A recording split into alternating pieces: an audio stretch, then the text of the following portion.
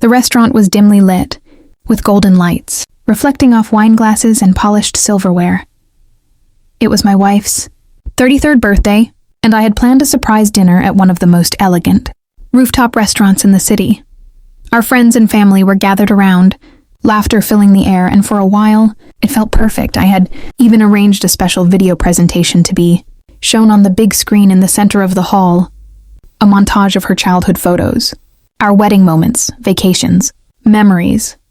She looked beautiful in her dark green dress, her laughter so effortless, so full of life. I watched her sip her drink, talk to her friends, and occasionally glance at me with the same smile she wore on our wedding day. The waiter gave me a nod. It was time for the video. The lights dimmed, and everyone quieted down as the screen lit up. The first few slides were just as I had planned: baby photos, pictures of us on the beach, goofy selfies from late-night drives. But then, something changed. The screen flickered, and suddenly a video clip started playing that I had never seen before.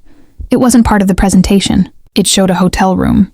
The angle was from a phone, camera placed on a table. A woman walked into the frame, laughing. It was my wife. A man followed. Not me. There was an eerie silence across the table. Froze. I could hear her gasp. Beside me, she screamed, "What the hell is this?" People were already looking at me. Her friends covered their mouths. Her sister stood up, eyes wide. The clip lasted barely a minute before I rushed to the AV corner and pulled the cord, but the damage was done. She grabbed my arm, panic in her voice. "You did this? Why would you?" "I didn't," I said quietly. "I have no idea how this even got there." Her hands trembled. Tears formed instantly in her eyes, but I wasn't sure if they were out of shame or fear. Someone whispered, "Was that recent?" I didn't need to ask. I recognized the hotel room. It was during the weekend. I was visiting my mother in the hospital. She had said she needed a weekend to relax. I walked out of the restaurant. I couldn't breathe. Behind me, people were still murmuring. Some followed me outside, trying to ask what had happened. I just kept walking. She didn't come home that night.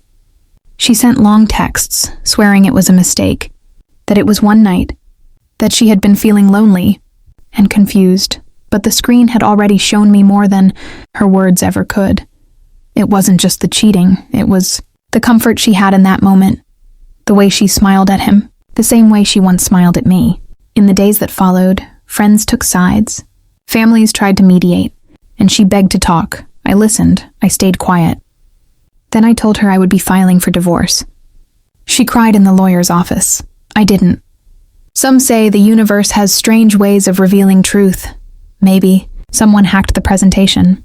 Maybe someone sent it in secret. I'll never know who or why. But in that one accidental minute,